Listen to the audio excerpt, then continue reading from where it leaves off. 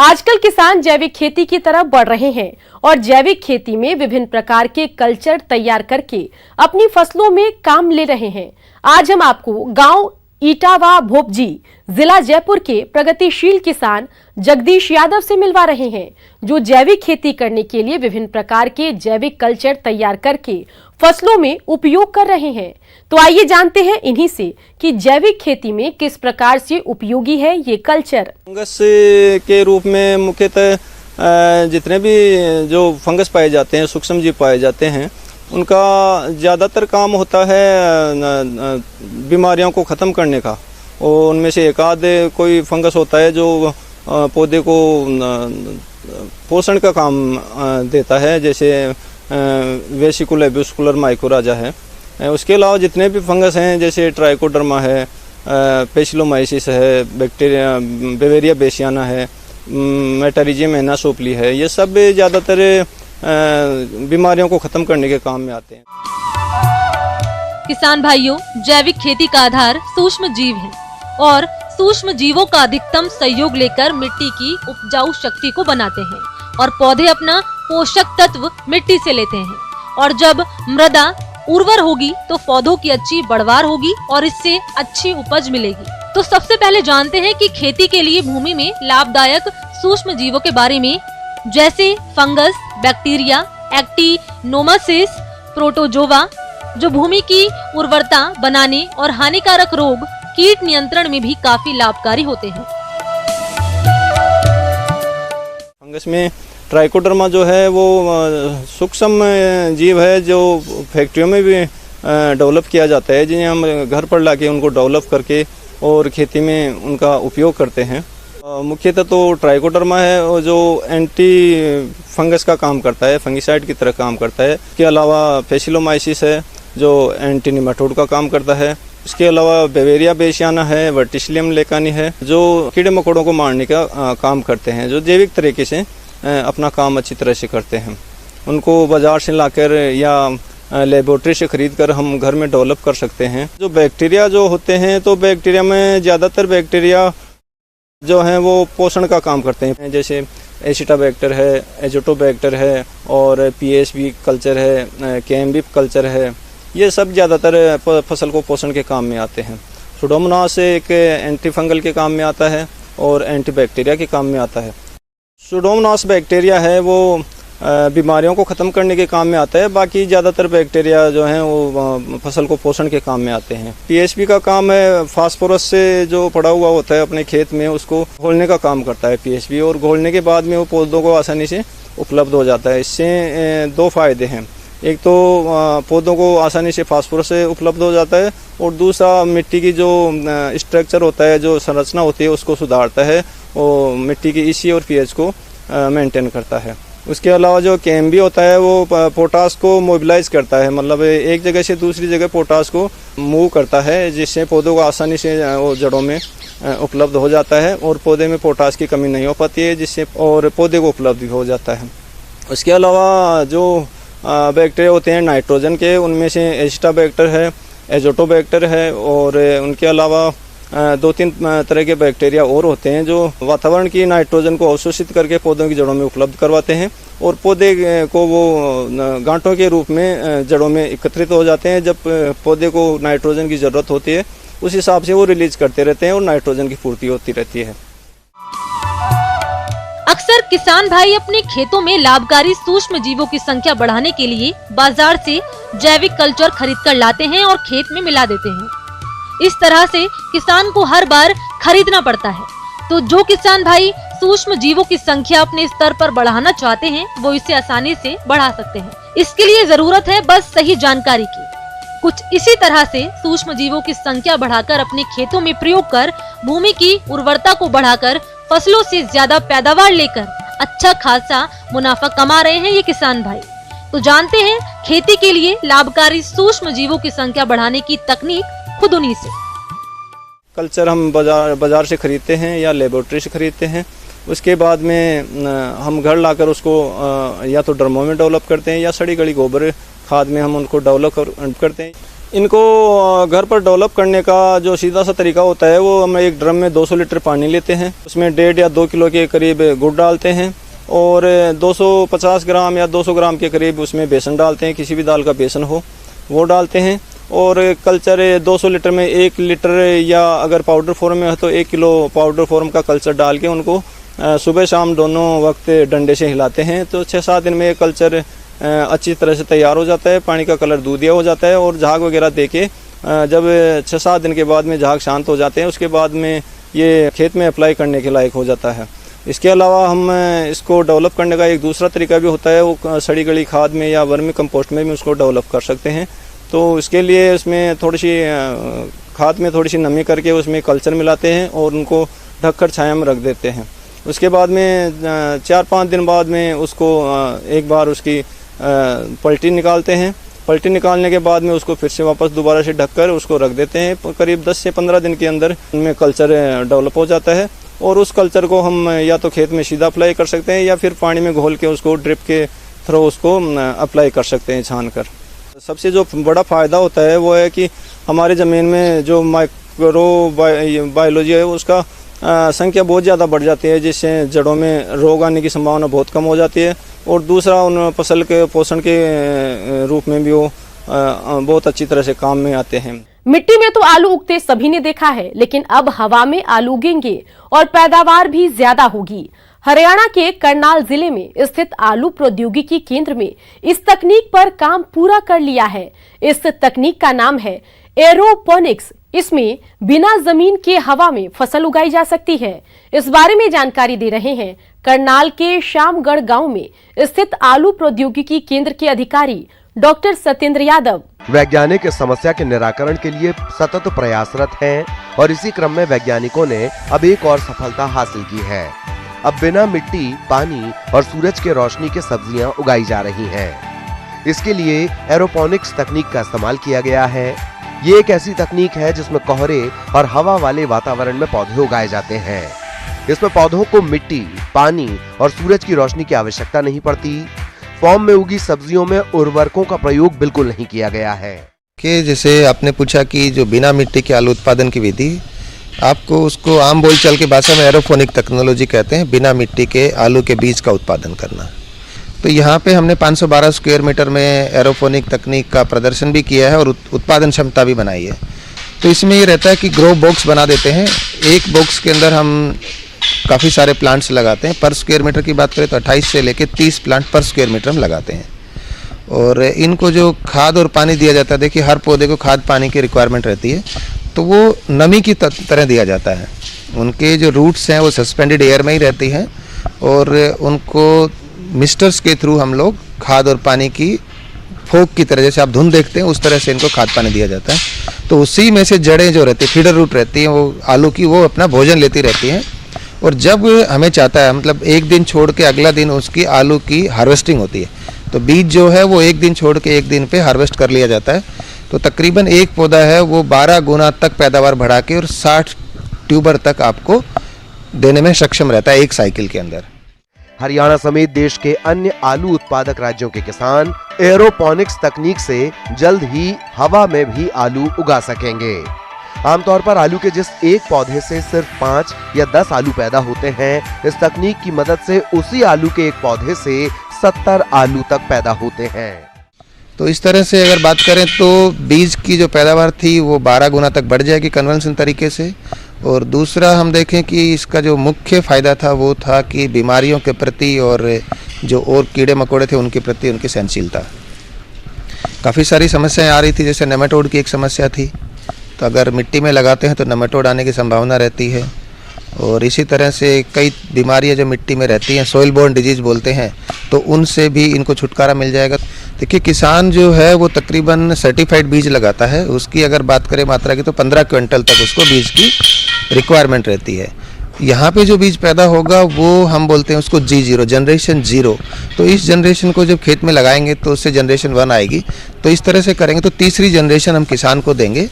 तो उससे किसान को एक तो फ़ायदा ये होगा कि उसको सस्ता बीज उपलब्ध हो जाएगा, क्योंकि जैसे मैंने बताया 12 गुना तक पैदावार बढ़ गई। तो पैदावार बढ़ गई तो जो बीज का सर्टिफाइड बीज का उत्पादन की कीमत थी वो कम हो जाएगी सरकार के लिए, और कम लागत पे किसानों को उसका बीज उपलब्ध हो पाएगा। आलू के अंदर जो मुख्य खर्चा जो होता है वो होता है आलू के बीज का, लगभग 20,000 रुपये प्रति एकड़ तक खर्चा किसान भाई का आ जाता है। तो वो जो खर्चा है वो कम हो जाएगा तो किसान को सीधा सीधा बेनिफिट हो जाएगा। दूसरा, उसको उच्च गुणवत्ता का बीज मिल जाएगा जिसमें किसी तरह की बीमारी का कोई भय नहीं रहेगा। तो किसान उस बीज को अपने आप मल्टीप्लाई कर सकता है अपने खेत पे 3 साल के लिए। तो हम ये कह सकते हैं दूसरी भाषा में 2 साल तक उसको फ्री ऑफ कॉस्ट बीज मिल जाएगा। तो इस तरह से किसान के लिए ये बेनिफिट रहेगी मॉनिटरिंग टर्म में। दूसरा, किसान को फ़ायदा होगा पैदावार की तरफ में। देखिए, इसमें 40% तक जो किसान की हमारी पैदावार आती है वो भी बढ़ जाएगी। तो मोटे मोटे 2 किसान को फ़ायदे हो जाएंगे, बीज की जो कीमत है वो कम हो जाएगी। देखिए, आलू का सबसे बड़ी किसान को दिक्कत आती है पहचानने में कि आलू का बीज और राशन का आलू देखने में एक जैसे लगते हैं। तो जो मंडी में आड़ती लोग बैठे हैं वो छोटे साइज़ के आलू को छांट लेते हैं और किसान को बहला फुसला के कहते हैं कि आलू का बीज है और आप ले लीजिए, तो उसकी पैदावार घट जाती है। तो इस तकनीक को आने से हम कोशिश करेंगे किसान भाई को सर्टिफाइड सीड लेना चाहिए टैग देख के, और हो सके तो किसी सरकारी संस्थान में अपना बुकिंग कर देना चाहिए। क्या है एरोपोनिक तकनीक? इस तकनीक में मिट्टी की जरूरत नहीं पड़ती। बड़े बड़े प्लास्टिक और थर्माकोल के बॉक्स में आलू के माइक्रो प्लांट डाले जाते हैं। उन्हें समय समय पर पोषक तत्व दिए जाते हैं जिससे जड़ों का विकास हो जाता है। जड़ें बढ़ने लगती हैं तो उसमें आलू के छोटे छोटे ट्यूबर बनने शुरू हो जाते हैं। इस तकनीक से पैदा हुए बीज में किसी तरह की बीमारी नहीं होती। सभी न्यूट्रेंट आलू को दिए जाते हैं, इससे उसकी गुणवत्ता भी अच्छी होती है। ज्यादा पैदावार होने से किसान को फायदा भी होता है। इसके तहत बड़े बड़े बॉक्स में आलू के पौधों को लटका दिया जाता है जिसमें जरूरत के हिसाब से पानी और पोषक तत्व डाले जाते हैं। इस बारे में विस्तार से बता रही हैं करनाल के श्यामगढ़ गांव में स्थित आलू प्रौद्योगिकी केंद्र के प्रोजेक्ट हेड निशा सोलंकी। हाल ही नई तकनीकी एरोपोनिक्स पे काम कर रहे हैं। ये एक तरह से हवा में आलू आप कह सकते हैं कि उसमें रूट्स जो रहेंगी वो एक ग्रो बॉक्स के अंदर सस्पेंडेड रहेंगी एयर के अंदर। तो ये ऊपर आप देख रहे हैं, इसके ऊपर हम प्लग्स होंगे, होल्स होंगे। उस प्लग्स के अंदर हम प्लांट्स की सोइंग करेंगे और जिसकी रूट्स नीचे की तरफ डेवलप होती जाएंगी और सस्पेंडेड रहेंगी एयर्स के अंदर। और उस एयर्स के अंदर जो रूट्स सस्पेंडेड रहेंगी उसके ऊपर हम आलू का बीज देख पाएंगे आने वाले टाइम में। जो सस्पेंडेड एयर के अंदर हवा में ही आलू के बीज का उत्पादन होगा। यह तकनीकी जो नॉर्मल ट्रेडिशनल तरीके से जो हम आलू के बीज का उत्पादन कर रहे हैं उससे लगभग 10 से 12 गुना तक हम इसके सीड का उत्पादन बढ़ा सकते हैं। और इसमें लगभग पूरे सीजन में 40 पिकिंग हो सकती हैं, पूरे सीजन में की बता रही हूँ मैं आपको। और इसमें 2 से 3 ग्राम के ट्यूबर को हम हार्वेस्ट कर सकते हैं। पहली पिकिंग जो होगी वो 45 से 60 दिन के अंदर हम पहली पिकिंग इसकी ट्यूबर की ले सकते हैं। एक पौधे से लगभग हम 40 पिकिंग, जैसे कि मैं बता रही हूँ कि 40 पिकिंग हम पूरे सीजन में कर सकते हैं। नॉर्मल हम सोयल में 5 से 6 ट्यूबर हमें मिलते हैं और इससे मतलब 10 से 12 गुना हम एरोपोनिक्स में हमें ट्यूबर्स मिलेंगे। ये कंट्रोल एनवायरनमेंट के ऊपर आपका पूरा डिपेंड करेगा। जब तक आप अपने एनवायरनमेंट को कंट्रोल रख पाएंगे तब तक हम अपनी क्रॉप्स को ले जा सकते हैं। हाँ, इसका उद्देश्य ये है कि ज़्यादा से ज़्यादा लोगों को इस बीज का फ़ायदा मिले, बीज मतलब बीमारी मुक्त हो, अच्छी क्वालिटी का सीड फार्मर्स को मिल पाए। अन्नदाता हेल्पलाइन निशुल्क फोन संपर्क सेवा के माध्यम से आपके द्वारा पूछे गए प्रश्नों में से 1 या 2 महत्वपूर्ण प्रश्न को हम अपने कार्यक्रम में शामिल करते हैं। इसी के तहत आज का चयनित प्रश्न और उसका जवाब इस प्रकार है। अन्नदाता निशुल्क फोन संपर्क सेवा के माध्यम से कार्यक्रम में आज जो प्रश्न हमने शामिल किया है उसे पूछा है जिला भरतपुर से मोहन सिंह ने। आप खरगोश पालन के बारे में जानकारी चाहते हैं तो मोहन सिंह जी आपकी जानकारी के लिए देखिए कार्यक्रम का यह अंश। खरगोश पालन के लिए मुख्य रूप से उसका नस्ल का चुनाव करने में ध्यान देना चाहिए। जैसा कि ऊन उत्पादन के लिए खरगोश का नस्ल है अंगोरा, जो सफ़ेद रंग का होता है। इसका जो रोआ होता है, ऊन होता है, ये रेशम की जैसा होता है। साल में लगभग 250 ग्राम से 1 किलो तक ऊन उत्पादन किया जा सकता है इस नस्ल से। इसका वज़न 2.5 किलो से 3.5 किलो तक का होता है। उसी तरह से अगर मांस का उत्पादन के लिए अगर ध्यान दें तो मांस उत्पादन के लिए सोवियत चिंचिला है, ग्रे जाइंट है, न्यूजीलैंड वाइट है। इस तरह का नस्ल को हम लोग मांस उत्पादन के लिए रखते हैं। खरगोश की नस्ल की बात करें तो उनमें प्रमुख नस्लें हैं ब्रिटिश अंगोरा, जर्मन अंगोरा, संकर angora, Russian angora, New Zealand white, grey joint, black joint आदि प्रमुख हैं। एक मादा 30 दिन में 12 बच्चे तक दे देती है। यह क्रम 5 वर्ष तक चलता रहता है। खरगोश का पालन घर के पिछवाड़े, छत या फिर पार्क में आराम से किया जा सकता है। खरगोश को जालीनुमा फ्रेम बॉडी में रख सकते हैं और इसके पालन के लिए ऐसी जगह का चुनाव करें जहां हवा का आवागमन हो। गर्मियों में अधिक से अधिक 38 डिग्री तक तापमान जाता हो, क्योंकि ये अधिक गर्मी सहन नहीं कर सकते, इसलिए इस बात का खास ध्यान रखें। खरगोश पालन में निवास स्थान बहुत ही अत्यंत महत्वपूर्ण स्थान रखता है। इसमें खास करके खरगोशों को पिंजरा में रखते हैं। पिंजरा का आकार 18 इंच गुना 24 इंच गुना 12 इंच का होना चाहिए। इसको ज़मीन से 2 से 2.5 फीट के ऊपर रखना चाहिए। तख्ते पर रखना चाहिए या तो फिर छायादार जो पेड़ है उस पेड़ पे भी हम लोग इसको 2 से 2.5 फीट के ऊपर में हम लोग टांग के रख सकते हैं। प्रजनन के लिए एक ताकतवर, स्वस्थ और अच्छे नस्ल का चुनाव करना चाहिए। प्रजनन में देखिए 5 मादा में 1 नर का आवश्यक होता है। सामान्यतः 30 से 32 दिन का गर्भावस्था होता है खरगोशों में, और 2 से 1 सप्ताह पहले, बच्चा देने के 1 सप्ताह पहले मादा का जो पिंजरा में बच्चा का बॉक्स रख देना चाहिए, जिसमें कि जब बच्चा पैदा हो जाए तो वो आसानी से उसमें रखा जा सकता है। जो बच्चा पैदा होने के बाद 7 से 8 दिन के बाद वो खाने योग्य हो जाती है और 2 सप्ताह के अंदर में ही माँ से अलग हो जाती है और अपना खाना शुरू कर सकता है।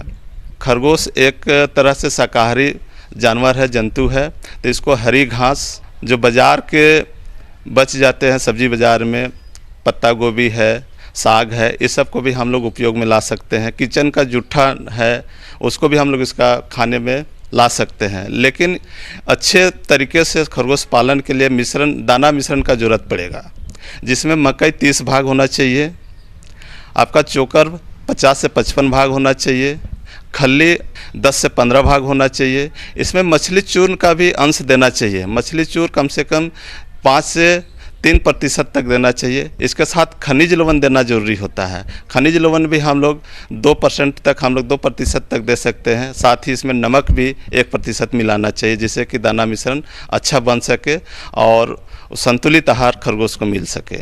इसका पालन करके साल में 3 से 4 लाख रुपया आसानी से कमा सकते हैं। चूँकि ये जो मादा है साल में 4 से 5 बार बच्चा पैदा करती है, इसका गर्भ अवस्था बहुत ही कम होता है, तो इसका प्रोडक्शन उत्पादन ज़्यादा ले सकते हैं और ये आसानी से घर बैठे किसी तरह का बहुत ज़्यादा मेहनत ना करते हुए कम लागत में, कम समय में अच्छा आमदनी प्राप्त कर सकते हैं। तो इसका मार्केटिंग बहुत ही आसान है और चूँकि ये शौक के तौर पर भी बहुत अच्छा होता है, मन खुश होता है, तो उसके हिसाब से भी इसको खरगोश पालन को हम लोग कर सकते हैं।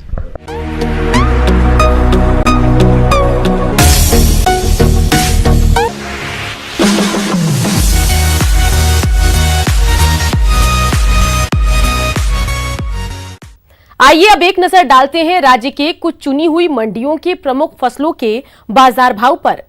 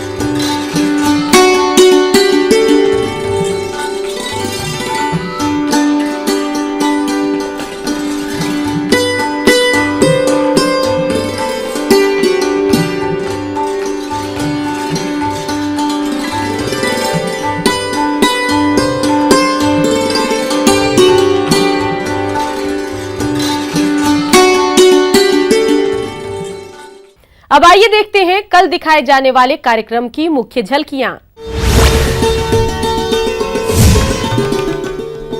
अधिक फल उत्पादन के लिए किन्नों के बाग में करें जरूरी कार्य।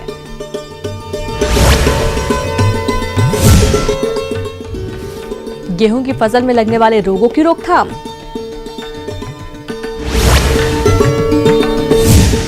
किसान भाइयों, अन्नदाता आपकी सेवा के लिए संकल्परत है। कृषि संबंधित समस्या और सुझाव के लिए आप हमें इस पते पर संपर्क कर सकते हैं। प्रोड्यूसर अन्नदाता, news 18 Rajasthan, Ramoji film city, Hyderabad 501512। साथ ही आप हमें ईमेल भी कर सकते हैं। हमारा ईमेल है p18annadaata@nw18.com। इसके अतिरिक्त आप हमें निशुल्क हेल्पलाइन नंबर 180041921555 पर सोमवार से शनिवार सुबह 10 से शाम 4 बजे के बीच संपर्क कर सकते हैं। किसान भाइयों, अब समय हो रहा है आपसे विदा लेने का, तो हमारी अन्नदाता टीम को दीजिए इजाजत। कल फिर आपसे मुलाकात होगी कृषि संबंधित कुछ और महत्वपूर्ण जानकारियों के साथ। नमस्कार।